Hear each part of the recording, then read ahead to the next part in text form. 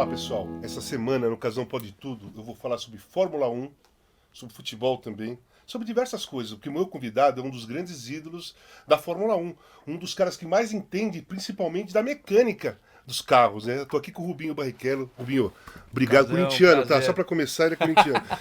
Tudo bem? Tudo ótimo, um prazerzaço. Obrigado por ter vindo aí. Puxa vida, você fez parte bastante, assim, as manhãs lá em casa eram assim, Fórmula 1, puxa vida, mas aí ia ter jogo, o pai tava sempre lá, é uma família, assim, corintiana Corintiano. mesmo, e eu tenho um tio que é santista, mas assim, em geral é quase todo mundo corintiano, então quando eu falei pro meu velho que eu Você vinha ia falar correr. contigo, ele mandou um Ah, você veio pra abração. cá? Ah, que legal, manda um abraço pra ele, bicho. O velhão é.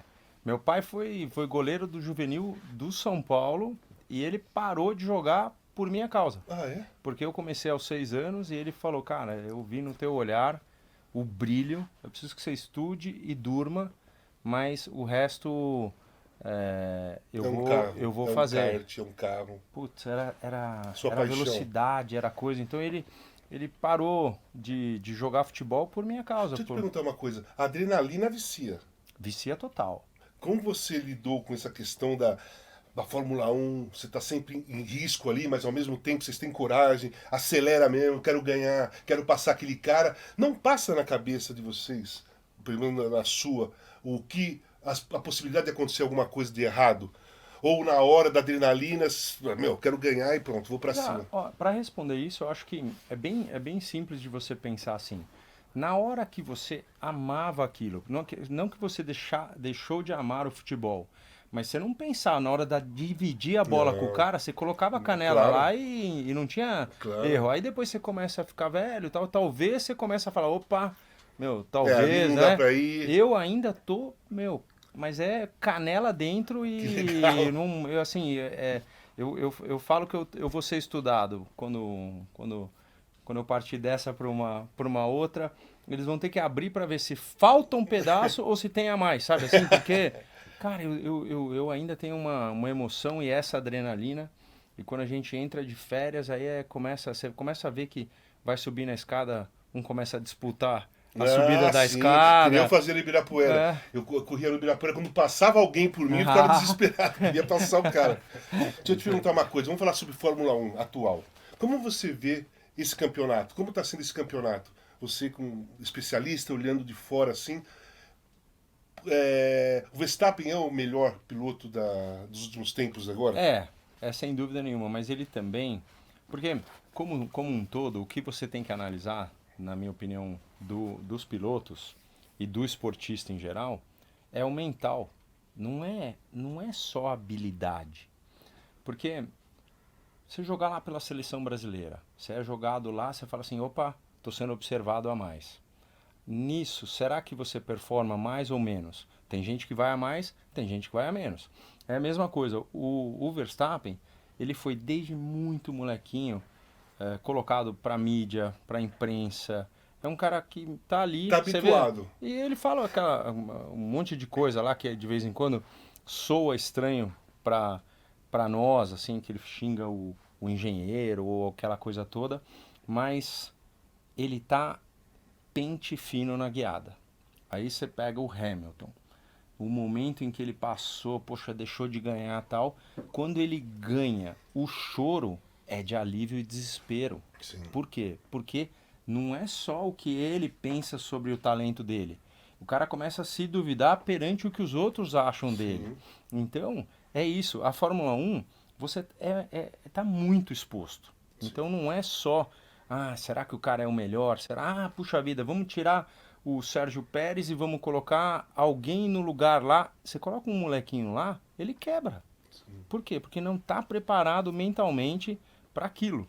Então, depende muito da nacionalidade do cara, depende Da cultura muito do país da dele, né? cultura do país. Você pega um finlandês, né, o cara bem frio, bem calculista, isso leva em conta. Brasileiro, pega o Rubinho, chegando na Fórmula 1 hoje, que chora vendo até o Tom e Jerry, opa, É entendeu? um cara Porque mais será que o cara emocional. quebra na hora da corrida? Não. Aí o cara vai entender que não. Eu sou emotivo, por qualquer coisa, né? Até falo muito isso. Quando o meu filho virou para mim e falou assim, pai, nós temos, o Eduardo mais velho falou assim, pai, nós temos dinheiro para correr numa equipe top de Fórmula 3? Eu falei, puta, infelizmente não. Ele falou, você acha que eu tenho chance de correr na Stock Car? Eu falei, tem. Aos 20 anos, acho que tem. É isso que você gostaria também? Ele falou, sim. O que que eu preciso? Eu falei, terapia. E eu também. Então, eu fui fazer uma terapia e ele também. Por quê? Você imagina eu lá e vejo ele na minha frente e um cara vem dar uma lapada nele. Qual é a tua reação quando alguém mexe com teu filho? Nossa, eu não tenho nem como imaginar essa situação que você está Então, falando. aí entra a emoção. O que precisa? Manter a respiração, falar, cara, é coisa do destino, solta ele pro mundo, ele vai definir isso aí que ele precisa definir. Então é muito difícil, cara, é muito difícil. Você, quando era piloto da Fórmula 1, você tinha um acompanhamento psicológico também? Você dava valor à saúde mental, à preparação mental para você competir, para você lidar com as emoções, lidar com a frustração, essas coisas Eu, todas? Porque hoje em dia se discute muito a saúde mental no isso, esporte, né? Eu como, sou um em geral, né? defensor, no geral, eu sou um defensor da psicologia fazer parte de um departamento médico de futebol, É, sabe? Os outros esportes, a maioria já tem. é. Mas você sempre foi preocupado com a saúde mental? Eu sempre fui, mas eu sou de uma época bem antiga, né, Casão? Eu fui para a Europa com 16 anos, em 1989, muito cedo, não se falava de saúde É, mental. Mas aí eu queria saber do meu autoconhecimento, porque quando eu cheguei na Europa, eu morava num quarto que não cabia, eu morava junto com os mecânicos e o dono da equipe. Não cabia a minha mala dentro do quarto. Então, aí, quando eu saía, eu brincava que eu já fazia um treino de tiro, né, aquele que tem que dar sim. os tiros antes de eu começar a treinar, porque o cachorro corria atrás de mim até o portão. Aí depois eu saía correndo lento e depois eu voltava, o cachorro de novo atrás. Aí você começa a pensar, puta que saudade de deitar no colo do meu pai, da gente assistir, puta macarronada da avó. Cara, que difícil. Aí você começa a fazer uma medição. Aí você fala assim, não, mas peraí, eu tô aqui por uma razão, se dedica. Foi aí que eu fui atrás do conhecimento do carro. Aí eu desmontava diferencial, aí eu pegava um amortecedor, aí eu comecei a aprender o italiano, aí me dediquei a isso. Eu falei, cara, gosto disso. Quando eu guiei o carro, eu falei, não, é aqui que eu quero ficar. Então, aí fui para o autoconhecimento para saber quem sou eu. E nisso é que eu comecei a me descobrir. Fui ler livros de regressão, fui Caramba, fazer coisas que, pô, não tinha Google naquela época aqui, sim. né? Eu tenho carta da minha mãe ainda, daquelas bem assim, que demorava um mês para Para chegar. chegar. O tal do collect call, você lembra esse? Apertava lá, o cara falou aceito, lá do outro lado. Aí, puta, Sim, sim. era muito assim, né? Então a gente tinha que se virar bastante, mas eu, graças a Deus, me dediquei ao ponto certo. Então, eu fui muito mais feliz do que as pessoas podem imaginar por autoconhecimento. Então, Claro. quando você não tinha uma aceitação pública ou que isso era aquilo, a equipe sabia o que ele tinha em mãos. Sim, Então, entendi. o chorão dentro do carro é uma geladeira, entendeu? É. Mas que tem que ser. Deixa eu te perguntar uma coisa, essa questão de você ter conhecimento, profundo conhecimento de motor de carro, porque isso aí sempre foi falado, inclusive o Reginaldo me falava, o Galvão, sempre, né, me falavam do seu profundo conhecimento. Todos os pilotos são como você, assim? Ou tem aqueles pilotos que se preocupam só na pilotagem, eu quero correr e deixa na mão dos outros caras, não vai observar nada, não vai dar palpite nenhum.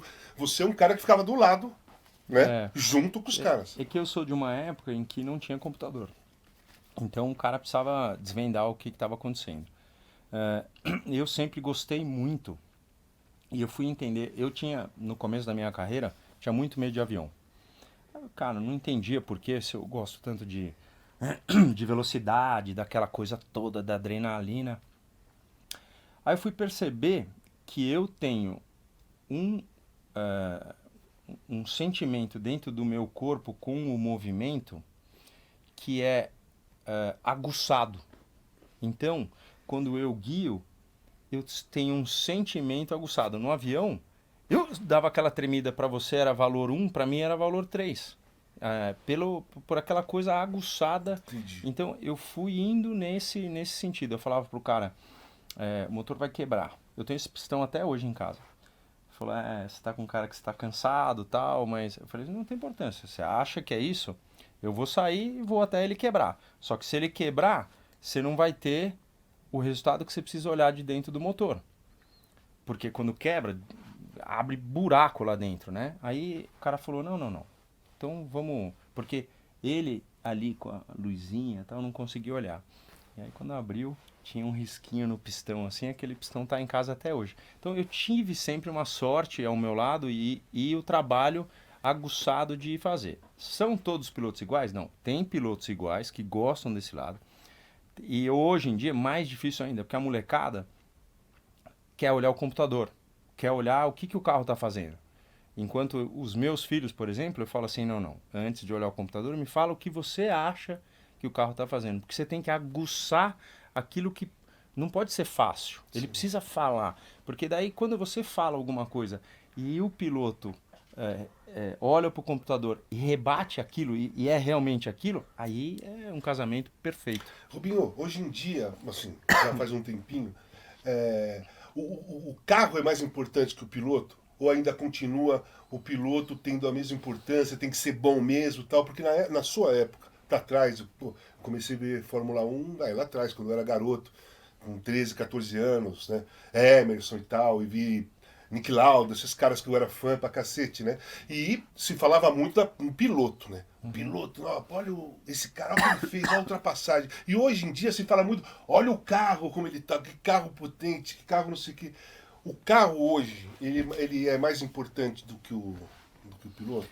É que é assim, ó. Na sua época, por exemplo, você tinha que ser mais piloto, porque o carro, você ia comandar o carro? Mas, por exemplo, talvez você entenda por esse exemplo. Pega a época do Emerson. Câmbio H. O que é câmbio H? Primeira para trás, vai para o neutro, segunda para frente, terceira, volta para o neutro, quarta, quinta. Se o cara tinha um antebraço poderoso e um alongamento, alguma coisa, esse cara conseguia mudar a primeira para a segunda e passar os 800 cavalos, 700, 1000, aquilo que era da época, mais rápido Do que que alguém que não prestava atenção. O piloto era essencial. Mas fala hoje, tá com as marchas aqui.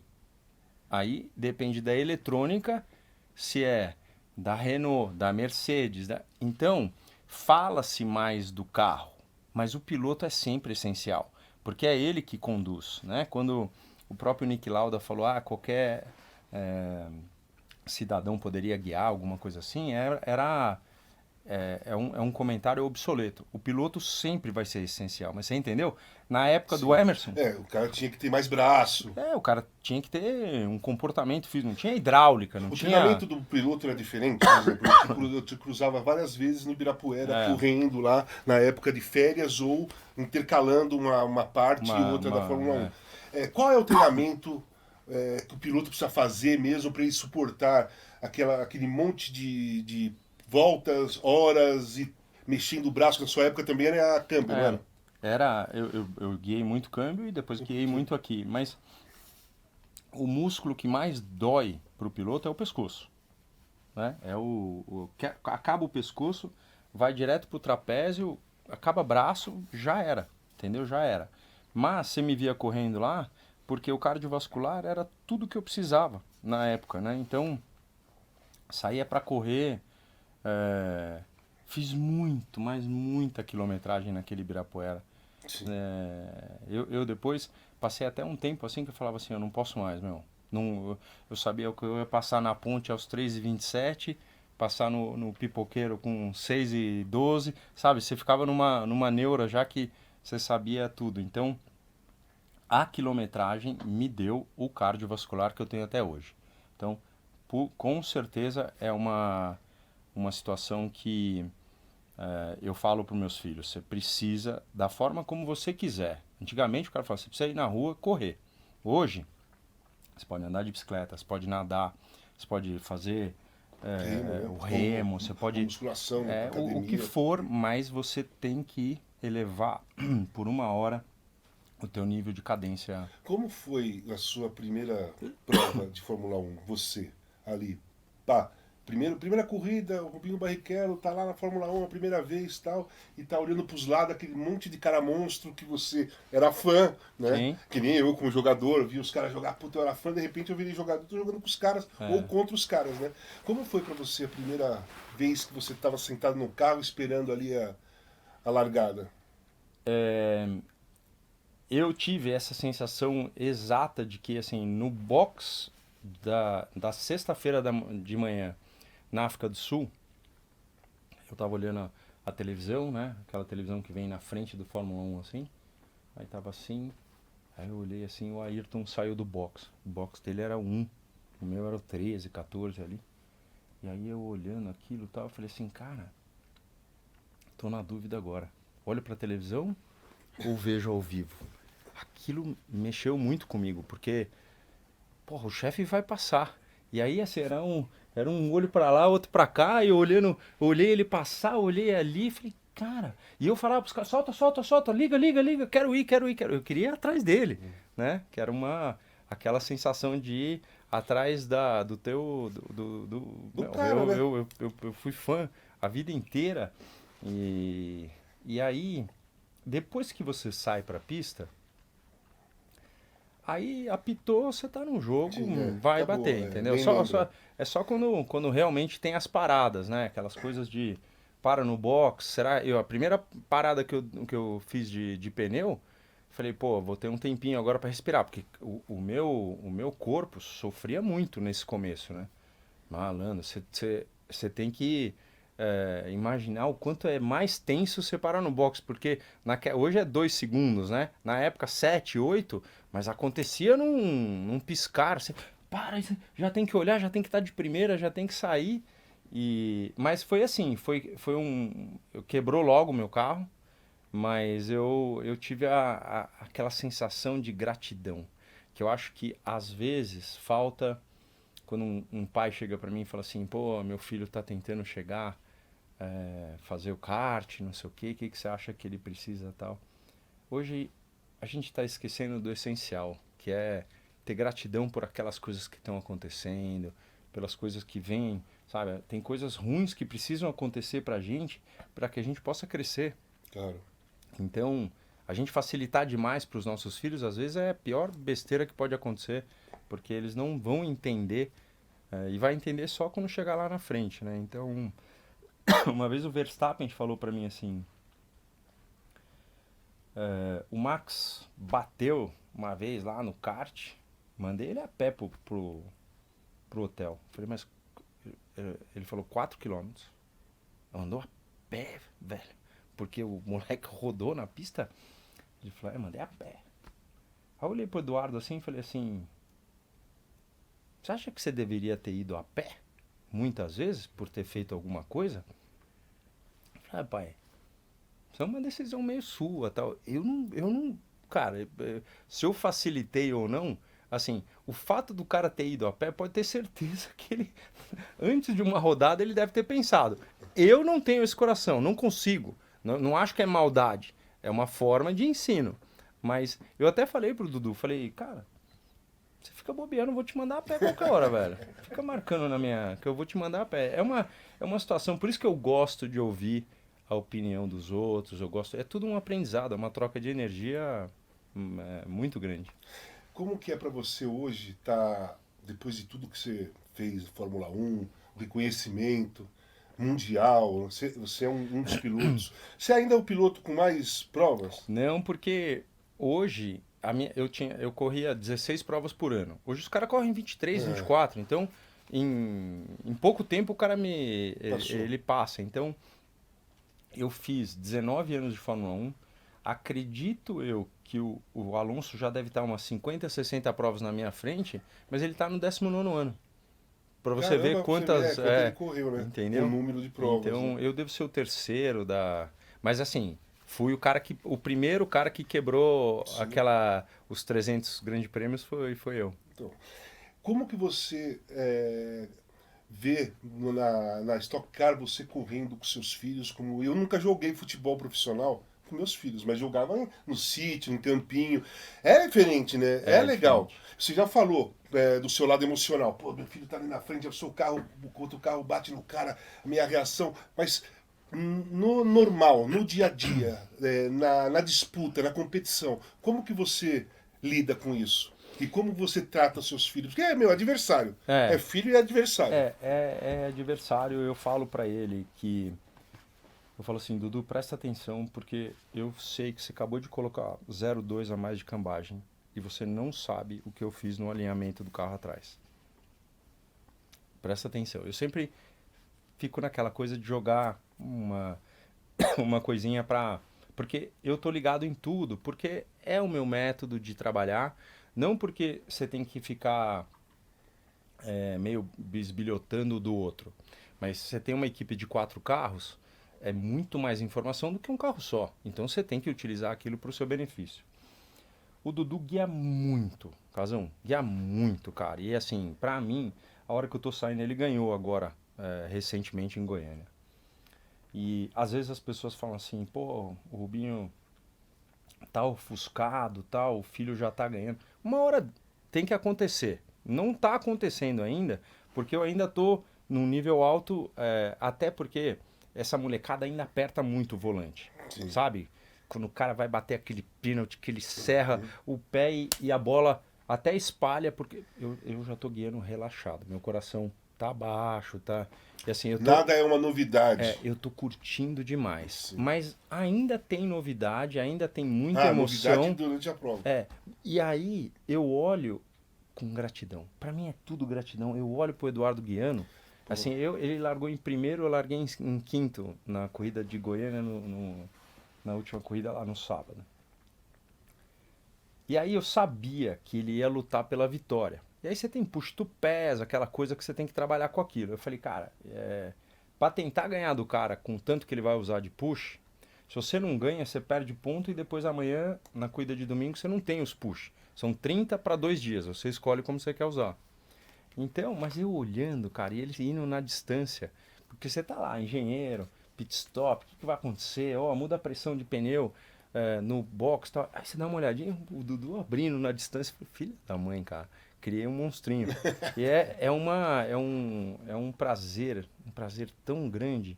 Mas mais do que ele guiar bem, é de saber que ele gosta por ele, não por mim. Sim.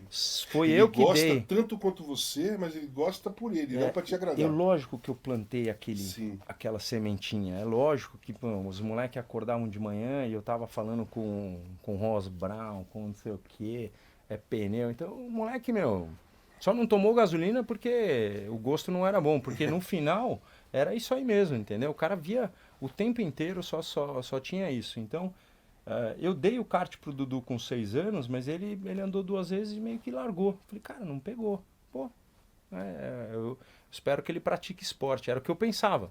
Aí com 9 ele pediu, eu dei uma miguelada, falei, beleza, tá. Aí eu esperei ele pedir de novo. Pediu de novo, aí eu dei o simulador, não dei o kart. E ele, meu, todo dia lá, todo dia. Aí eu dei o kart. É por isso que eu falo pros pais, não é na tua hora, é na hora dele, entendeu? Claro. Ah, puta, precisa colocar com 5 anos, porque o Verstappen foi assim. Talvez a molecada. Tem moleque preparado, tem moleque Sim. não. É diferente, cada um tem o seu tempo. Né? Cada um tem que encontrar o seu tempo. Não é porque É isso. um começa com 5 anos e vira um monstro que o outro vai começar com 5 anos e vai fazer a mesma coisa. Exato. É o seu tempo. Vem cá, Rubinho, a Fórmula 1 mudou muito da sua época para hoje? Regulamentos, segurança, a competição. Como é que era antes e como é que você vê hoje? E depois eu vou fazer uma pergunta para você em cima desses negócios de regulamento, de corrida. Mudou muito, muito, muito. Eu vivi na época em que infelizmente a gente perdeu o Ayrton. Aquele ano foi um dos anos mais dramáticos de mudanças de carro, de pista, de... Né? Eu fui o cara que... a minha primeira pole position foi em Spa-Francorchamps, nessa famosa pista do Eau Rouge e tal. Foi a única vez na vida que colocaram uma chicane de pneu. Eu fiz essa pole com chicane de pneu. Ou seja, você chegava e fazia a curva em segunda marcha. Né? Quando você faz essa curva a 1.000.000, a 300 km por hora. Então, mudou muito, muito pela segurança e foi ficando. Aí chegou gente falando que estava monótono. Nunca é monótono porque 350 por hora não é, mas tem coisa que dava para ser mais leve. Tem pista que foi para trás e para frente. Tem gente que fala que Abu Dhabi é muito seguro, porque são os países de lá que tem muito dinheiro, a pista é larga, mas tudo foi mudando em prol da segurança para que a gente pudesse contar com cada hora mais velocidade. Então, o Fórmula 1 de hoje é o mais rápido que já existiu. Então, em relação, né, ele tem o efeito solo, aquela coisa toda, e eu não cheguei a guiar essa era turbo, né? Então é difícil comentar. Eu parei em 2011, foi meu último ano de Fórmula 1.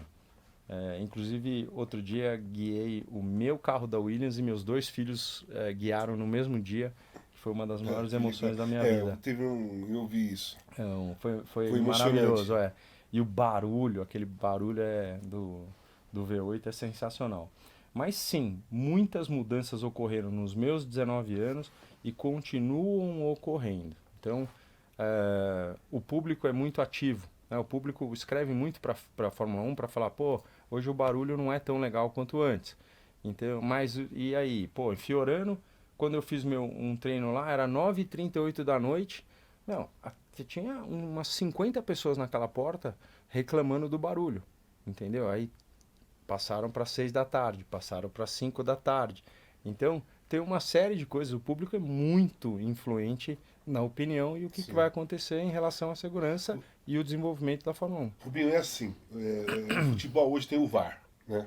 Então, eu acho, por exemplo, que tem que mudar a regra do impedimento. Os caras estão anulando o gol por causa da ponta do pé do cara, do fio de cabelo, o dedo tá assim, o cara anula. Eu acho que essa regra precisa mudar. Tem que ser meio corpo para frente para realmente o cara levar vantagem. Tem alguma regra que você tiraria de hoje ou alguma que você iria incluir se você fosse o dono da parada? A caneta, né? Me fala assim, se você tivesse a caneta, que regra você tiraria e que regra você colocaria? Eu gostaria de ver no esporte a motor em geral, Casão, eu gostaria de ver que nem às vezes a punição para um piloto se deve pela consequência do toque. Então, vamos supor, o cara de dentro tocou no de fora, o de fora não rodou e, portanto, ele não foi punido. O cara rodou, ele vai ser punido. Então, eu acho que cada caso é um caso. A gente não pode só esperar uma consequência, porque o cara de dentro tentando passar, ele pode ter sido inconsequente. Essa análise, futuramente, ela vai poder chegar por GPS de dentro do carro, como na Fórmula 1 já tem muito, né? As pessoas que analisam a performance dos pilotos já tem lá. No Stock Car não tem. Eles não têm tantas câmeras, não tem tantas maneiras de olho, né? E aí, por exemplo, eu vou lá e falo assim, ó, vocês estão errados, tal, não sei o quê. Eles me mostram o que eles têm de televisão e de imagem que, por aquilo que eles veem, às vezes eles não conseguem saber. Então, com o futuro, a gente vai poder ter uma análise um pouco mais adiante, né? É muito isso, assim. Eu acho que cada caso é um caso para que não vire aquela coisa da consequência. Ah, o cara rodou. Ah, o cara rodou e tirou outro. É essa consequência que dá o pênalti pro cara que iniciou. E às vezes não foi ele que iniciou. Foi o cara de fora que bateu. Então é por isso que tem que ter... É uma regra que, para mim, tem que ser revista. Deixa eu te falar uma coisa. Vou falar de trabalho em grupo, né? Trabalho de equipe. Cara, eu fiquei puto com você quando você deixou passar o Schumacher aquela vez. Porque, cara, não tinha mais o Senna, era o Rubinho, aí todo mundo torcendo e de repente você vai ganhar aquele hoje sim, né? Hoje não, hoje sim, do Kleber. Cara, me explica como que é o contrato, como é que é esse trabalho em equipe, se você naquele dia se precisou fazer por causa do acordo, mas por dentro você se Mas mordeu. imagina, hoje você já me viu correndo, você não me conhece pessoalmente, mas você já viu minhas declarações, já viu certa coisa, você tem uma imagem do que é o Rubinho. Sim. No teu coração, você acha que aquele dia foi um dia tranquilo para mim? Não. Então, é isso, entendeu? Quando a pessoa me para na rua e fala isso, eu falo pra ele assim, mas você imagina como eu me senti. Porque durante 8 voltas da minha vida, dos 300 por hora, de tudo, eu tava batendo papo. Eu falei assim, você tem certeza que é isso que você tá me pedindo? Porque ali, Casão, o que que... Teve uma série de coisas que... Porque não é só aquele caso. Sim. O ano anterior, eu deixei passar, eu tava em segundo, e o Schumacher em terceiro, eles pediram, e eu fiquei argumentando. No meu contrato não tinha escrito nada que eu deveria deixar passar. E aí eu deixei passar. Eu cheguei em terceiro, ele em segundo, tal, não sei o quê. E aí eu cheguei lá pra ele e falei assim, mas e se eu tivesse em primeiro? Ele virou pra mim, olhou nos meus olhos e falou, se você tivesse em primeiro, eu nunca te pediria isso. O diretor, Aí passou um ano, ele fez. ele fez. E eu falava isso, jogava isso na cara dele. Falou, depois a gente conversa, depois você não sei o que e tal. Só que ele ficou, ele viu que eu não ia fazer. Eu falei, não vou fazer, cara. Não vou fazer. Meu pai vai ficar com vergonha de mim. Eu não vou fazer. Isso aí é uma ordem de dignidade. Eu não vou fazer, eu não vou. Eu tenho esse. No dia que eu escrever o livro, você vai ver, eu tenho esse papel dessa escrita. Não vou fazer, não vou fazer, não vou fazer. Até o momento em que você fala, porra, 6 anos de idade, não tinha um puto no bolso. O pai foi lá, trabalhou a vida inteira. Moleque com 16 anos viveu sozinho, foi trabalhar, correu, ganhou Fórmula Opel, ganhou Fórmula 3, foi terceiro na 3000, tá hoje na Ferrari. Vai jogar tudo pro lixo? Porque ele vai comprar uma briga por uma situação? Eu falei assim, cara, eu acho que eu tenho que ser inteligente aqui de continuar minha batalha. Minha batalha era mostrar pros caras que Schumacher sim era melhor que eu. Mas quanto? 51-49? 80-20? Vocês não deixam eu correr? Como é que você vai saber? Porra, me bota pra treinar de terça a sexta, né? Porque o Schumacher não consegue testar o que eu testo. Então você tá falando pra mim que eu sou bom, que eu consigo fazer um negócio. Então por que você dá? Me deixa correr. Então, naquele momento, eu tive 1 milésimo de segundo pra tomar uma decisão. E eu tomei a decisão certa.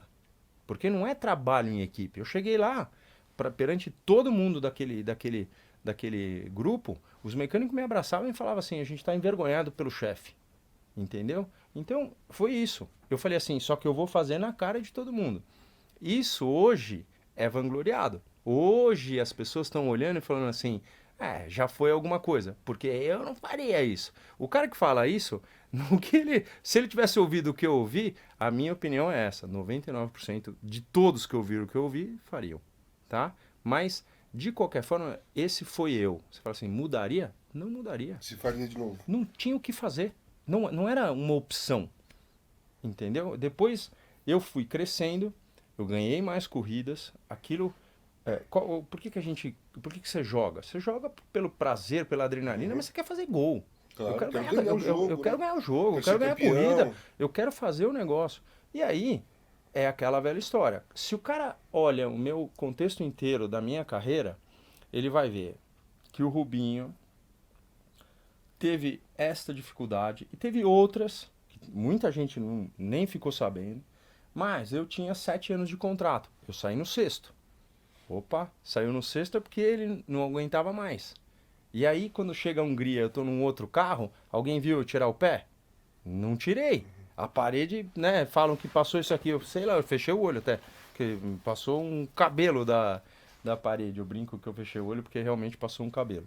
Então, eu preciso mostrar pra quem que eu tinha razão ou não. Pra mim. Sim. Pra mim. Era o meu sono. Aquele dia, ninguém sabe. Eu saí do carro e fui vomitar. Eu fui, você pode ver, demora o pódio e tal, não sei o que, porque eu passei mal. Eu falei, cara, a única pessoa que eu preciso ligar logo é pro meu pai. E o que seu pai te falou? O meu pai, a hora que ele ficou sabendo a história inteira, ele queria matar todo mundo lá dentro, entendeu? Não é possível, mas não tem muito o que fazer. Você é empregado de uma situação de que viu aquilo lá, mas aquele evento mudou a história da Fórmula 1. Você vê que os rádios foram abertos ao Sim. público para que não, entendeu? Aí fala assim, ah, tá, não pode falar que vai deixar passar. Aí o cara fala lá, tamo na, como é que chama? Na coisa F. F às vezes deixa passar. Entendi. Entendeu? Não tem muito o que Ah, tem os fazer. códigos, né? Então é isso, entendeu? Então, mas é isso. Eu acho que situações vão ocorrer na nossa. Isso não te pesa hoje. Não, zero. Tranquilo. Zero. E não tem que pesar perante os meus filhos, que são a coisa mais importante que eu tenho. Por quê? Porque não é vergonhoso eu ter tomado uma decisão sozinho, tendo milhões de pessoas observando. Se ninguém tivesse visto aquela coisa, se fosse uma coisa de Fórmula 3 que não era transmitida, ninguém nunca ia nem ficar sabendo. E eu fiz questão de fazer na última curva, ele falava, não faz isso. Não faz isso, vai ser prejudicial tal. E aquilo eu falei, isso eu não abro mão. Vai ser na última curva, na minha maneira. Então, é uma forma de mostrar que eu sempre tive o pulso firme. E sempre administrei o fato do cara guiar muito, Deixa eu te perguntar uma coisa, não sei. Já estavam te falando pra você deixar ele passar antes? Oito voltas. Hã? 8 voltas. 8 voltas. E você segurou pra ficar escrachado o que você ia fazer? É isso, eu deixei no momento final para que Todo mundo se ligasse. aquele pódio foi um pódio vaiadaço, feio, assim. Eu fiquei com vergonha pelo. Vergonha alheia. Vergonha alheia, porque, cara, tô participando de um momento que parece uma vergonha, mas quando aquilo é uma decisão que todos nós iremos passar na nossa vida. Independente do nosso trabalho, a gente vai ter uma decisão difícil para ser tomada. E aquela foi uma das mais difíceis da minha vida, mas por que eu repito que eu faria de novo? Porque eu não podia jogar fora todo o trabalho de todos aqueles que fizeram por mim e de repente acabar aquela prova como vencedor e chegar no final do ano tá na rua. Entendeu? Pelo amor que eu tenho a esse esporte, pelo amor que eu tenho pela velocidade, aquilo era uma coisa que ia acontecer. Troféu na estante. Eu falo para meus filhos, não são os troféus. É a memória daquilo que a gente cria, daquilo que a gente faz. Né? Quantas vezes você foi bater aquele pênalti, ninguém sabe o quanto que você passou. Sim. Ninguém sabe a tua mente naquele momento. Porque o cara bate o pênalti no quintal da casa dele e ele fala assim, chuta na esquerda. Mas, velho, você não tem noção o que é o time adversário xingando você antes de você bater. Casão, filha da mãe. Puta, eu quando ia no campo lá, eu fui uma vez, levei o Fefo pequenininho e tal. Aí o cara falou um palavrão, velho. Xingou o juiz. E aí o Fefo me olhou assim e falou assim, tipo, pai, você não vai dar bronca? Porque eu falava, né, palavrão não. Então eu falei, ih, filho, aqui pode, cara. Aqui pode. Aqui não tem como. Aqui não tem, não. Aí chegou em casa, ele repetiu o palavrão pra mãe. Mas, ó, até hoje ele sabe o palavrão decore salteado. É a mais horrenda que eu ouvi. E o cara tava na nossa frente, assim. Mas é bizarro, porque tem coisas que podem nos seus locais. Sim. Cara, não tem muito o que fazer. Deixa eu te perguntar uma coisa. O futebol, hoje em dia, você vê que está tendo casa de apostas, né? Sim. Então tem jogadores sendo investigados, teve jogadores que foram eliminados do futebol aqui no Brasil, alguns suspensos, 3, 4 anos. Tem o caso do Paquetá, que está sendo julgado lá na Inglaterra, ele pode até ser banido do futebol. E na Fórmula 1? Existem essas falcatruas, existem coisas estranhas dentro de um circuito, dentro de um campeonato, porque teve aquele caso do Nelsinho, né, lá em Singapura, que eu achei horrendo. Uhum. Essa é a minha opinião pessoal. Achei horrendo. Aquilo, pra mim, não é esporte. Aquilo ali, você fazer aquilo, pra mim, tá fora de qualquer competição, não é sangue de esportista. Uhum. A minha opinião. Sim. Como você viu aquela cena e como você vê, me conta os bastidores. Tem algumas coisas que acontecem que você não gosta? Olha, tem, assim, eu sou de uma opinião que a gente não pode ouvir tudo aquilo que é falado. Se você vai na raiz e você sabe que aquilo é verdade, positivo. Se você ouviu falar e você passa para mim, já é fake news. Então, tem uma série de coisas que a gente ouve em qualquer departamento de esporte, que são situações que você fala assim, não é possível. É isso mesmo? Ah, mas não. Então, são situações que acontecem. Aquelas que foram, que apareceram pra gente na televisão e que depois vieram à tona como uma verdade, eu particularmente nunca perguntei pro Nelsinho exatamente como foi. Porque não compete a mim querer opinar de alguma coisa como é. Então, o que eu posso opinar é do meu da Áustria. Aí o cara fala assim, mas você é um bunda mole de deixar o cara passar. É a tua opinião e pra mim tá ok.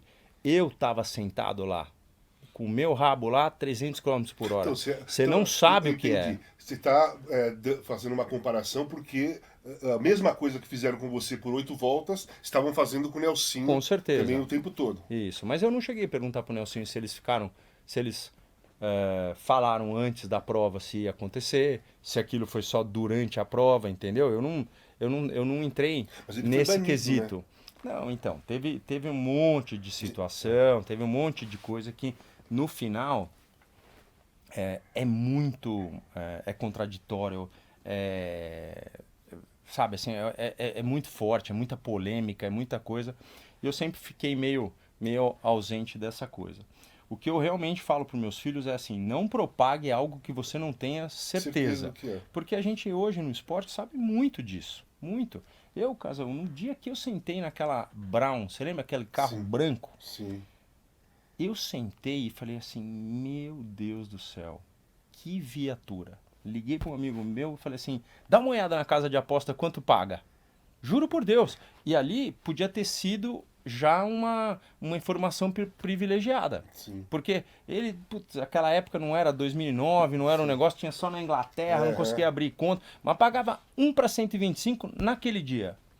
E eu, naquele dia, tinha certeza que o carro ia ganhar. Aí a gente fala assim, é uma informação privilegiada ou não é? É, mas eu tô sabendo de dentro, eu guiei o carro e eu tô vendo. Como é que então eu vou ligar pra casa de aposta e falar pra ela, ó, não fica com 125 aí que vai quebrar a banca, viu? Entendeu? Então, Entendi. é uma coisa difícil, né, de fazer. No final, não dá pra realmente eu apostar em mim mesmo, porque, tipo, aquela corrida que teve 6 carros, por exemplo, teve problema do pneu, os Michelin foram tudo pro box e os Bridgestone correram. Aquela era uma prova que quem quisesse ganhar um dinheiro, e deve ter ganho, teve gente que deve ter apostado numa Jordan para chegar no pódio. Eram Sim. 6 carros, Hã? né? Então, muita coisa acontece. Você acha que é justo, certo, o Massa reivindicar o título? Então, é uma coisa muito dele, é muito pessoal, né? Eu não tenho, eu não tenho os meios para me colocar com opinião. Se você perguntar se eu faria, o que ficou, ficou. Entendeu? Hoje eu estou explicando coisa da Áustria de 2002 para quem quiser entender. Porque, entendeu? Eu realmente eu tenho muitos troféus bonitos na minha casa. Mas nada vai tirar de mim a memória de tudo que eu passei. Claro. E assim, eu tenho memória de corridas melhores que eu cheguei em 13º do que eu cheguei em primeiro. E essa ninguém viu, só eu. Então, para mim essa é muito mais importante do que, puxa, o que a gente vai levar dessa vida, né, como tudo isso? É o momento, para mim é o momento. O que ficou, ficou e tá lá. Rubinho, vamos falar sobre Ayrton Senna. O que era o Eu vou Senna? chorar, hein? Eu também. O que era o Senna para você antes de você, no seu caminho? Você está no kart, depois você vai para a Europa, tal, sonhando com Fórmula 1 tal, e provavelmente, por ser brasileiro e por ser um puta de um piloto histórico, a sua referência era Ayrton Senna. Eu, Uhum, que não sou do piloto, a minha referência era Ayrton Senna, sim. acordava todo dia de manhã para ver a corrida. O que era o Ayrton? O Ayrton era um fora de série que é, uma pessoa simples, que passava essa simplicidade e que através das revistas, das informações que chegavam por rádio, você via que ele ia sendo campeão e ia passando para frente. 1987, meu pai ligou pro seu Milton para falar: seu Milton, a gente precisa de ajuda, o Rubinho tá indo pro Campeonato Mundial de Kart, queria uma opinião do Ayrton. Ele falou: puta, o Ayrton já falou do Rubinho. O Ayrton é fanático pelo Rubinho, fica tranquilo, ele vai ligar lá na equipe que ele correu de kart e ele vai falar do Rubinho. Então, para mim, fora o ídolo, era uma pessoa de um carinho enorme, que conseguiu ver que o menininho o filho do dono do material de construção estava tentando chegar num ponto mais alto. Então, para mim, ele tinha uma coisa, né, era muito forte, né, esse tipo, né, era o irmão menor dele, digamos assim, né. Tanto é que quando em 94 aconteceu tudo aquilo, tal, uma pessoa chegou para mim e falou assim: ele olha muito para você lá do céu. E aquilo me chamou a atenção e eu coloquei uma estrela aqui no meu capacete, porque era como se eu tivesse uma conexão, assim, sabe? Depois aí eu fui estudar a estrela, minha estrela era de 6 pontas, aí eu mudei toda a questão, mas sempre foi o Ayrton de primeira mão. Então o Ayrton pra mim, cara, em 87 mesmo, ele ligou lá pro meu pai e falou: pô, vem aqui nos treinos do Rio de Janeiro de Fórmula 1 que eu quero conhecer o Rubinho. Puta, eu fui lá, eu tenho essa foto ele com o macacão da Camel e tal. E foi maravilhoso. E o relacionamento já como piloto, vocês dois na Fórmula 1, como era a sua relação com ele além? Porque aí passou da idolatria, você virou um cara piloto de Fórmula 1, concorrente. Né? Concorrente, o Ayrton era muito privado, né? Ele era uma pessoa... Lá na África do Sul, ele passou no meu box, me deu um abraço, falou o que você precisar e tal. Eu em Mônaco fui lá bater na porta pra falar: pô, me dá uma dica daqui, não sei nem como é que começa e tal. E ele sempre me tratou da melhor forma possível. Quando a Tina Turner canta pra ele Simple the Best, lembra desse fato? Eu tô do outro lado. Então, essa memória pra mim ela é imbatível, assim, sabe? Ele super feliz, tinha acabado de ganhar a corrida com um carro que era inferior.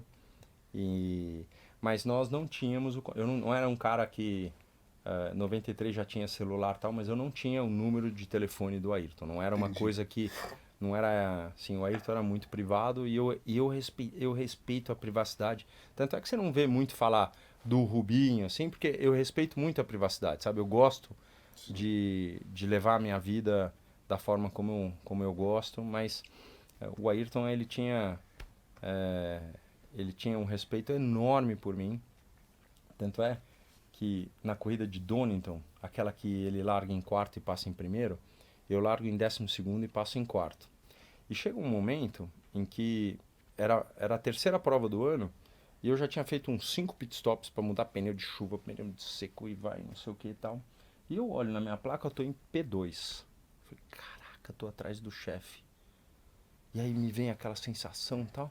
Aí eu olho no espelho, o chefe tá atrás. Eu falei: cara, tô em P1. Tô em P1, cara. Não, eu vou fechar o chefe. Tô fechando o chefe. Então ele tava me dando uma volta, velho.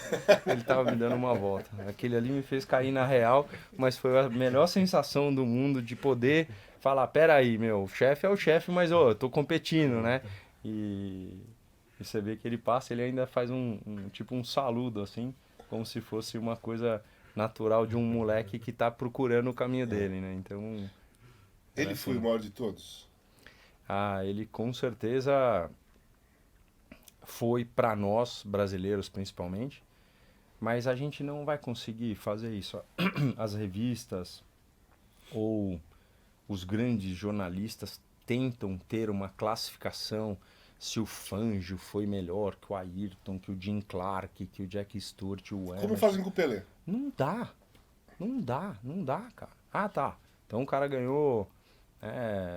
o Pelé fez 1000 gols, então ele fez mais que o Messi, que fez... Bom, você pode até ter um teu favorito, mas são épocas diferentes. Se você não colocar o cara no mesmo carro na mesma época, como eu falo, o Schumacher guiando o mesmo carro, ele tinha um dom, o desgramado com pneu mais desgastado, ele ainda fazia aquelas curvas pé no fundo tal, que eu fui desenvolver depois, mas ele tinha um talento natural mais que eu. Então tá bom, eu tenho a humildade de falar. Agora, vocês não me estão deixando avaliar se é 51,49, entendeu? Porque tudo. Ele ganhou, o Schumacher ganhou menos que eu na chegada à Fórmula 1. Então, por que eu tô falando que ele é melhor que eu? Porque, pô, vocês não estão me dando a chance, eu não vou ser nariz empinado de falar que eu sou, mas, pô, não fica me colocando para testar os carros aqui e não me dar uma chance. Foi nisso que eu fui indo, entendeu? Foi nisso, e eu ganhei as provas da forma... Teve prova que eu tive que falar um pneu que eu não queria, porque eu tava achando que eles estavam me sacaneando. Falei, não, aquele lá não. Ele falou, cara, mas aquele lá... Eu falei, você quer? Quer? Pode botar aí que o pneu. E eu queria muito aquele pneu. Você quer? Não, então coloca aí. Aí o cara colocou. Ai, caralho. Mas foi assim, eu tive muita prova. A prova de Silverstone eu ganhei essa corrida assim. Quando o cara escolheu aquele pneu, eu falei, Schumacher não ganha. Já era. Já era. Silverstone com o pneu que eu tinha, ninguém vai. Foi o melhor carro que eu guiei.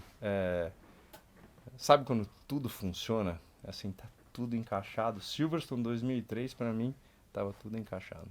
Deixa eu te perguntar uma coisa. Eu queria falar com você sobre aquele final de semana em Imola. Porque foi um final de semana, talvez um dos mais trágicos da história da Fórmula 1. Porque você teve um acidente na sexta, feio, gravíssimo. No sábado, o Rasenberger Isso. faleceu. E no domingo teve a questão do Ayrton. Primeiro, o seu acidente na sexta.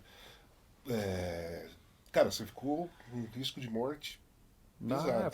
Na minha opinião, foi o acidente mais feio, né? De olhar, assim, Sim, aquela, foi do carro e tal. a voada e tal. Teve muito. Eu engoli minha língua, né? Eu falo isso na minha palestra. E quando é molecada, assim, você vê que a molecada fica tentando engolir a língua, porque como é que o tio engoliu a língua, cara? E foi uma pancada tão forte. Hoje, mais ou menos para simplificar, eu tive 90 Gs na minha cabeça. Dizem que um soco do Mike Tyson é 45 Gs sem a luva. Então você imagina, eu tomei na cara 2 vezes o soco do Mike Tyson. Então me apagou total, tanto é que eu não tenho memória do acidente, eu não tenho memória do velório, eu acho que Deus fez uma coisa por mim para que eu pudesse me resguardar, para que eu pudesse seguir a minha missão de vida. Então, a minha missão de vida vai muito além de carro de corrida, e aí eu vejo por foto. Eu tenho memória fotográfica, eu tenho memória de que, ai caramba, acho que a curva vai dar, não vai dar, mas eu não sei se eu quero lembrar, se eu não quero lembrar. Assim, eu passo... Você não carrega um trauma. Não carrego o trauma. Porque você não lembra. Não, eu não sinto o impacto. Eu sei o tamanho da dor porque eu já bati outras vezes onde eu estava acordado. Então, isso certamente faz com que eu entenda o tamanho do impacto, né? E eu lembro, depois de muito tempo, eu passeando dentro da equipe Jordan e ver um chassi completamente quebrado, e era o meu de Imola. Que aquele chassi foi irrecuperável. E aí eu lembro daquele buraco, daquela coisa assim, feia de ver. Então, foi um fim de semana trágico, mas que se você me perguntar se eu me lembro dele, eu lembro muito pouco. Sim. Eu não lembro eu carregando o caixão. Então, Imola é um episódio da minha vida que faz parte, mas eu também tenho a gratidão de ter vivido 2 semanas antes daquele evento a corrida do Japão, que foi o último pódio que o Ayrton viu que eu cheguei. Foi meu primeiro pódio e o último que o Ayrton viu. Então, isso me dá uma alegria no peito. Então, aí no sábado foi o Rasenberger e morreu, faleceu no acidente. Você acha que a corrida teria que ter acontecido mesmo no domingo? Ou você acha que tinha que ter sido suspensa porque, primeiro, um acidente gravíssimo com você. No sábado, um acidente gravíssimo e o cara morreu. Mas tem muita coisa, né, Casão? Tem televisão, tem patrocinador, não tem como o cara falar, tem alguma coisa no ar. Aquele fim de semana tava A bruxa estava Tá solta solta, mesmo, né? né? Teve acidente na largada, teve acidente no box, um pneu pegou um mecânico.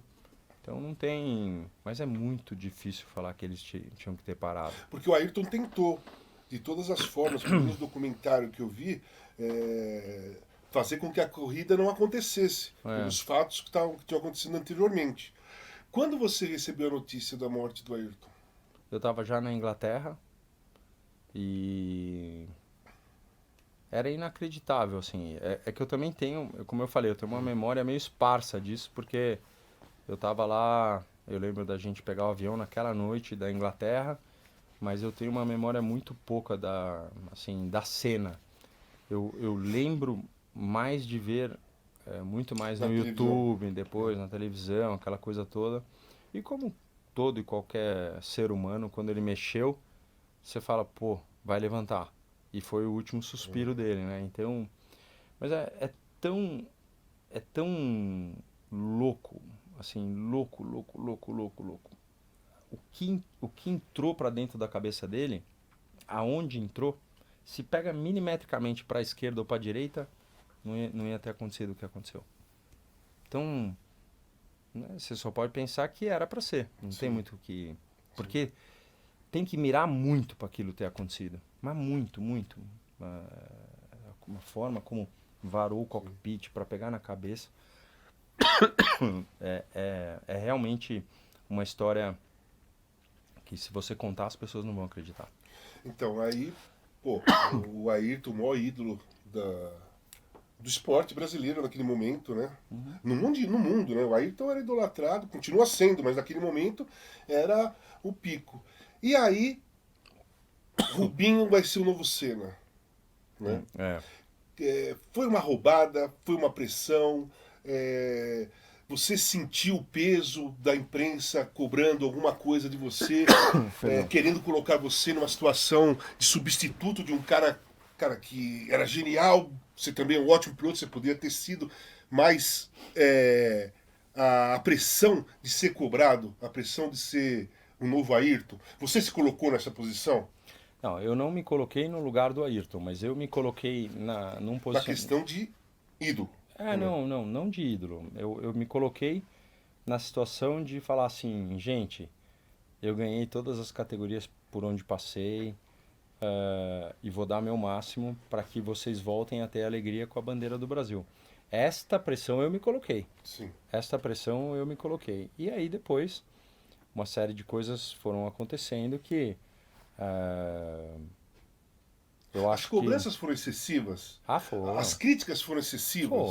Foram, mas é que assim, hoje elas ainda acontecem, né? Você vê o que falaram do Guga, o que falaram da Daiane dos Santos, era, cara, não sabe assim, é aquela coisa, sabe que em casa, quando o pai ou a mãe falavam pra você, "Pô, você não tem nada pra falar, então fica quieto, velho, não vem falar essa besteira aí, sabe? É coisa simples, é coisa básica, é coisa de educação. E o que a gente tem hoje, por exemplo, você pega o Hamilton na Fórmula 1. Esse moleque foi apoiado desde o início do kart, entendeu? Desde o início do kart. Aonde que a gente tem um brasileiro que foi apoiado desde o início do kart? Não tem. E quando o cara tá pra chegar, já colocam aquela pressão de que, puta, o cara mas chegou em segundo, chegou em terceiro. A gente tem uma cultura muito errada. Uma cultura que vem de berço. Se a gente não mudar isso, você vai continuar tendo aquela coisa que o que vai é ser sensacionalista. Ah, então vamos colocar lá aquela informação e Te incomodava? muito, eu chorei muito, mas não era chorar era chorar de agonia, chorar de dor. Cara, eu sou verde e amarelo, o que vocês estão fazendo comigo? Vocês estão de brincadeira? Vocês estão achando que é piada que eu estou fazendo, que eu estou aqui porque, né, são várias situações que o meu desejo era realmente que a gente pudesse mudar uma forma de pensamento. Porque a gente não se coloca no lugar do outro. Hoje fala-se muito nisso e as pessoas estão tentando. Então pega lá um casamento que não está dando certo, tal, terapia de casal. Na época não existia uma terapia de casal. Então a imprensa fala mal do piloto. Se tivesse uma terapia de casal para esses dois, a coisa acalma. Por quê? Porque você começa a ver o ponto de vista do outro. Por que que eu comecei a fazer um evento para os jornalistas de kart?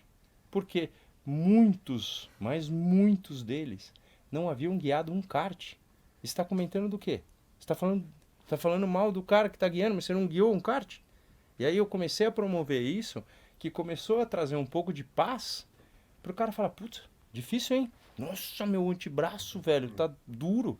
Então, é isso. Chefe, vamos tentar dar uma paralela daquela do Guga no ponto final, para saber se a gente vai conseguir, Se com bateu todo mundo certo, gritando. então. Vai dar uma cambalhota igual a Daiane dava pra... Gente, não é.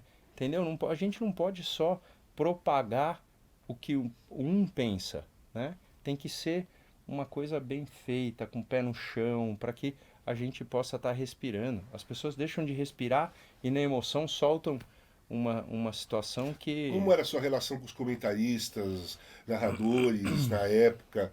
Eu sempre me Já dei muito depois do bem. Senna. Eu sempre me dei muito bem, né? Eu me dou bem com as pessoas. Eu gosto das pessoas. Você não me conhece hoje aqui, mas eu vou embora daqui e você vai falar assim, pô, o Rubinho é um cara legal. Mas por quê? Porque, cara, eu gosto daquela coisa, pô, tem lógico, mas Rubinho, você se dá bem com todo mundo? Não. Entendeu? Tem cara que você olha e não bate. Não, Não com tem. aquele cara que mandou eu deixar o Schumacher passar, eu não me dou bem. Então, Pô. mas é aquele cara, ele achava que ele estava na razão dele naquele minuto. Eu sei. Eu mostrei pra ele depois que ele estava errado. Entendeu? Ele olha pra mim até hoje com cara de que, porra, sinto muito, cara, realmente não precisava. Então, a gente acaba pagando o pato por gente que no momento achava que estava certo. Mas a gente vai crucificar o cara por aquele negócio? Eu faria diferente, né? Eu faria diferente. Então, são situações. Deixa eu te perguntar uma coisa. Pô, eu fui jogador de futebol por muitos anos. Não tanto assim, joguei 13 anos na Europa, tal, lá, recebia muitas críticas, muitos elogios e tal. De repente eu paro de jogar e viro comentarista. Primeiro na ESPN, depois eu fui pra Globo. Você parou de correr e foi lá comentar na Globo também Fórmula 1. Você teve alguma dificuldade na questão de você fazer uma crítica ou um elogio excessivo ou querendo falar alguma coisa, mas pô, se eu falar vai ficar mal pro cara? Você teve essa dificuldade? Eu tive algumas dificuldades, mas eu sou Caxias, eu gosto de trabalho. Eu procurei a Leni, a fono da Globo, Sim. porque Dona Leni? Leni, eu procurei porque eu achei que eu tinha que melhorar. Ninguém mandou para que eu fosse lá. Tanto é que eu cheguei lá e falei assim, Leni, vou fazer o teste aí, mas certeza que a minha voz tá beleza. Eu saí de lá quase chorando que ela não falou na minha cara que a minha voz era uma porcaria, mas assim, eu falava assim, mas chefa, eu que fui procurá-la, pelo amor de Deus, não é? Ninguém pediu. Então, e aí eu fazendo os testes, e você sabe muito bem, quando vai começar lá, tipo assim, um dia, ô Galvão, um dia eu vou colocar aquele vídeo de você aquecendo a voz, que é sensacional, mas eu vou colocar, mas cada um tem o seu jeito, né? E as pessoas brincavam assim, eu adorava ter uma Coca-Cola do meu lado, porque você vê, eu tô com uma tossezinha aqui, tô bebendo água, mas não tá limpando. Se eu tomar alguma coisa com gás, pode ser que abre, assim. Aí o cara falava pra mim no meu ponto assim, um dia você vai dar um arroto no meio no meio da transmissão, você vai acabar falando, não, pô, mas eu tô precisando só pra limpar, tal. Eu adorava, cara, eu adorava. E a minha primeira o meu primeiro momento ao vivo foi a maior adrenalina, quase que eu vivi, que você fala, né? Você gosta de adrenalina e tal. Eu com 2 pontos, um do Bahrein, do pessoal de lá, e um do Rio de Janeiro. E aí o cara falou assim, Rubinho, estamos chegando perto, estamos a 1 fazendo minuto. off-tube aqui em São Paulo? Não, lá no Bahrein. Lá no Bahrein. Lá no Bahrein. Aí, primeira aparição, cara. Você tá com aquela mãozinha assim, né? E aí o cara falou pra mim assim, 1 minuto, boa sorte, seja muito bem-vindo. Tá com você 5, 4, 3, aparece o outro ponto, fala, não tá pronto. Aí eu fiquei imaginando com aquela cara do jornalista que fica olhando e o cara na casa dele... O Tchurama fala, vai, porra! E aí eu soltei, cara.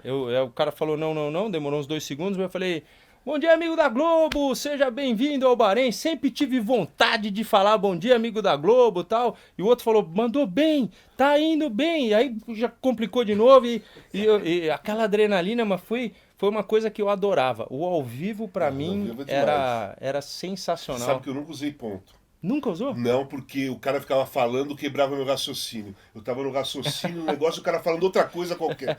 Galvão, nem comigo era. O cara, Galvão, depois você chama isso, chama aquilo, e eu fazendo um raciocínio de um comentário, Você eu sabe, tirei e nunca mais usei. você sabe que eu tinha que narrar, comentar de pé, por causa da minha voz ser baixa. Eu de pé tinha Não, uma mais força na voz. entonação na voz, era E o engraçado Galvão isso. era pilhado na Fórmula 1 antes, como é no futebol, a chegada dele na cabine. Total, total. Mas podem falar o que quiser do Galvão. Eu não vou encontrar alguém. Falam que o Luciano do Vale era muito bom também, que eu não tive a chance de trabalhar. Mas eu nunca vi igual. Você acabou de falar que você tirou o ponto. O Galvão falando da Hungria, ele falou assim: fala pra mim o texto, tá? O texto tinha uns 2 minutos assim de texto. E o cara falando no ponto pra ele, a Hungria é um país de tantas pessoas, tal, não sei o quê, e ele falando, um país de tantas pessoas, e assim, já tava na outra frase, e Sim, ele no mandando, e tempo ele certo, mandando, não se não, e o perde. Rubinho, que tem 1,71 m e tal, não sei o quê, que é o Christian, que... Eu falei, "Meu, não é possível que ele tá... E assim, um processo simples, né, que parecia, mas complicadíssimo, assim. Eu falei, Complicadíssimo. ainda testei, falei, Deixa eu tentar fazer", mas eu fiquei no sanduíche xixi. Não dá, não... Complicou total o meu HDzinho. E você se sentiu bem ali com o Galvão e com o Reginaldo? Era você, o Reginaldo e o Galvão, não era? Uhum. Inicialmente? Inicialmente, e depois tinha o O Burt também. Burt depois. Que foi, assim, quando. Hoje dá até pra falar, quando o Burt tava. O Burt foi quem iniciou tudo isso. E depois, como eu fui super bem, eu vi que eles estavam meio falando de me colocar mais e o Luciano menos. Eu falei: ó, vocês vão me desculpar, isso não vai acontecer. Porque foi ele que me deu a chance. Se tiver que trocar alguma coisa, vocês deixam eu aprendendo ainda, tal. Eu adorava, eu me senti super bem. E depois, com o tempo, o próprio Reginaldo, você viu, depois eu vim até fazer podcast com o Reginaldo, tal, porque o Reginaldo ele sentiu um pouco como se eu tivesse querendo um lugar. E eu falava para ele, eu não quero, Regi, eu quero criar um espaço meu. Tanto é que é, eu tinha essa coisa essa originalidade que que o pessoal falava para mim, você tem que explicar simples. E por que eu conseguia explicar simples? Exatamente. Porque quando eu casei com 24 anos, a Silvana tinha 21. Ela falou para mim assim, eu tenho um costume dentro de casa, que assim, meu pai, minha mãe e minha irmã, quando a gente chega no final do dia, a gente conversa de tudo. Eu queria ter isso com você. Eu falei, puta, lindo, mas eu vou chegar pra você e falar assim, eu mudei a mola da suspensão, como é que vai fazer? Ela falou, eu não entendi. Eu falei, tá bom, então eu vou ir procurando evoluir. E através disso, eu busquei métodos simples de, De fazer uma de, explicação. de mostrar. Então, quando eu lembro, era o Huckenberg fazendo lá mexendo no dash do volante, né? No botão, tal, não sei o quê. E aí o Galvão falou assim, Rubinho, explica pra gente o que ele tá fazendo. Aí eu falei assim, ó, você tem um computador em casa e você tá apertando o Ctrl, Alt e o Del, né? Aquilo você tá zerando o computador para fazer Uma nova programação. isso. E o cara tava fazendo isso porque o volante desapareceu e apareceu. Assim, os pontos davam um pulo de alegria. Cara, que explicação! Que não sei o que, por quê? Porque aquilo era uma forma simples de tentar trazer Claro. uma coisa que eu tive sempre vontade, que as pessoas talvez não tenham prestado atenção, era dar os passos em Mônaco para a pessoa saber o quanto estreito é.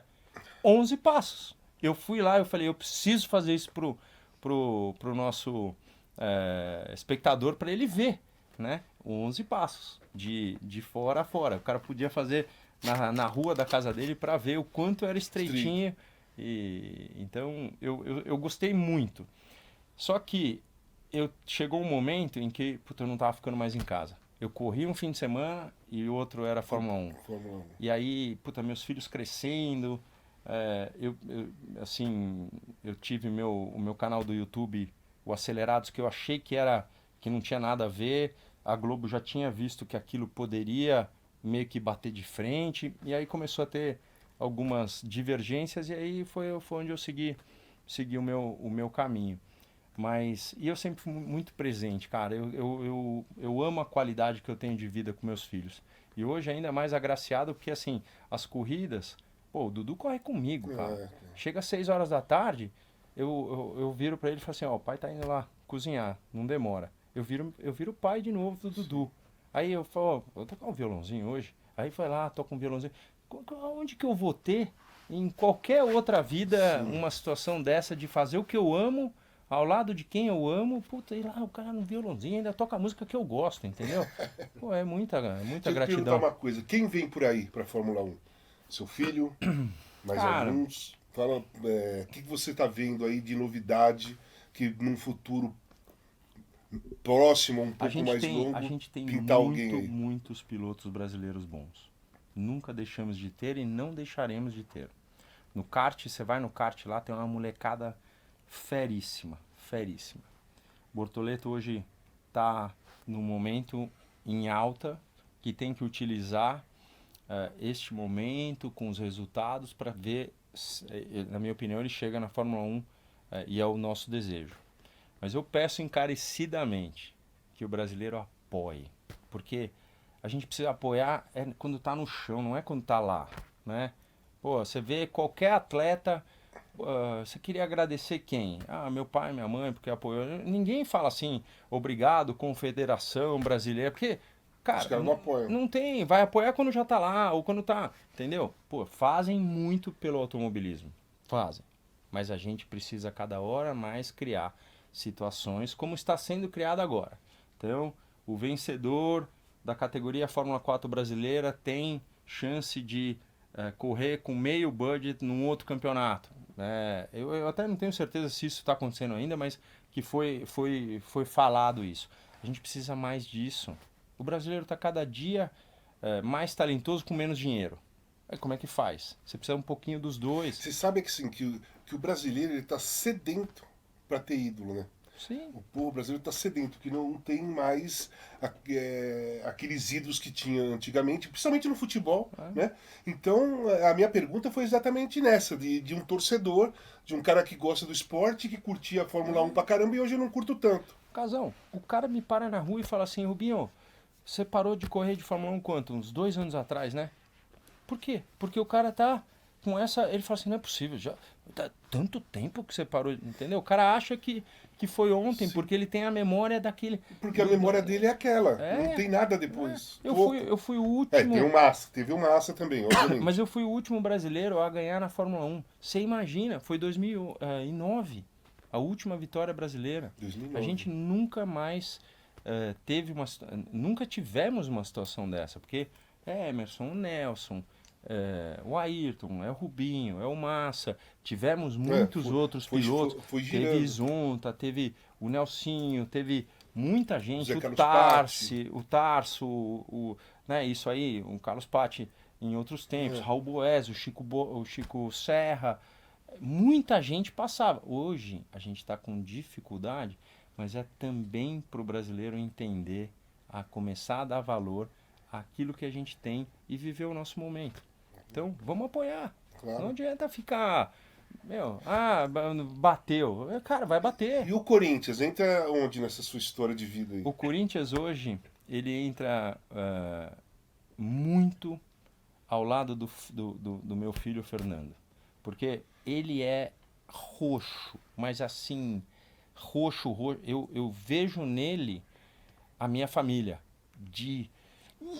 Não, mas assim, aquela raiva, velho. Não, yes! Sabe assim, aquela coisa que é muita paixão. Sim, o cara, meu, mora na Europa e o jogo lá passa 3 horas da manhã, 4 horas Sim. da manhã. Você pode ligar que ele tá vendo. Entendeu? É muita paixão. E assim, quer escalar é com ele, quer ver é com ele, é o comentário e tal. E quando a gente pode, né? Ele tá de férias no Brasil, a gente vai no jogo. E eu adoro esse Porque momento o seu pai de. fez isso com você. Meu pai fez. Meu pai fez e foi. eh, Era uma época, assim, maravilhosa, daquela calmaria do pai pegar na mão e entrar pro campo e, sabe, eu lembro isso com muito carinho, assim, ao mesmo tempo que foi pelo futebol que eu tive a minha primeira sensação de que eu queria ser pai. Eu tinha 8 anos de idade, deitadinho do lado, assim, sentadinho do lado dele no sofá, a gente vendo o Coringão, e ele me abraça assim, e fala: "Ei, filhão, domingo tranquilo", e tal. Aquilo era um amor explícito, assim, sabe? Eu falei: "Pô, deve ser legal ser pai, né?" E eu tinha essa sensação, que hoje Você se tinha uma propaga referência boa muito do seu boa, pai para é, você do pai e da passar para mãe, seu né? A filho, mãe pai e a mãe. também. A velocidade vem da mãe, pra te falar a verdade, né? Mamãe foi campeã da prova de batom, teve uma série de coisas, tal. O irmão dela, que é o tio Darcio, que corria, mas eu tive essa referência muito boa que hoje eu posso passar esse amor para os meus, que não é tanto do futebol, é mais na corrida. Mas o Coringão com o Fernando, eu tô bonito, velho. Eu posso, qualquer comentário dele, eu não preciso, é só colar e copiar Tá que tá certinho. certinho. Rubinho, eu tenho 2 quadros aqui e o primeiro é lado B. Vamos supor que a sua vida fosse um disco. O lado A você contou todinho aqui, né? O que teria do lado B do Rubinho? O que ninguém sabe, o que você gosta de fazer, o que você curte, música, cinema, teatro, essas coisas que pouca gente pergunta quando a gente vai numa entrevista. Comigo é a mesma coisa. Por É, isso que eu pensei nesse lado B, porque que eu gosto legal. de saber o que o convidado gosta, né, cara? Hoje, através da rede social, eu consigo. A pessoa consegue saber muito do meu lado B, né? Lógico que ela não convive comigo no meu dia a dia, porque o Instagram é aquela beleza, tudo sorrindo e tal, ela não vê os tempos ruins. Mas o Rubinho é um cara muito, muito caseiro. Eu amo meus cachorros, eu amo assim. Eu vou sair daqui, eu vou chegar em casa, o Skip vai estar deitado no chão, como sempre está lá. E assim, às vezes ele levanta, às vezes ele fica meio que me olhando, ele pesa 44 quilos, o Golden. E aí o rabinho mexe, aí eu vou lá, abraço. Eu tenho muito esse lado caseiro, né? Adoro cozinhar para os meus amigos, não sou um ótimo cozinheiro, mas faço um belo churrasco. É, Hoje sou um tomador de vinho tinto, gosto de viajar pelas adegas, pelos vinhedos. É uma história que eu comecei a beber muito, muito tarde, né? E eu não via meu pai bebendo, eu tinha um medo dele tirar aquele kart de mim que eu falava: "Cara, eu vou ficar no meu caminhozinho aqui e tal." Vou ficar na Eu minha. falo que eu aprendi mesmo com o Schumacher, né? Porque ele era um cara que ele fazia muito bem e chegava no final do dia, tomava um copinho de vinho tinto e tal. E eu falava: "Esse filho da mãe tá tão rápido no dia seguinte, eu vou testar essa porcaria aí." Aí eu fui lá e comecei a gostar do gosto e assim, o meu lado B, ele é composto pela simplicidade.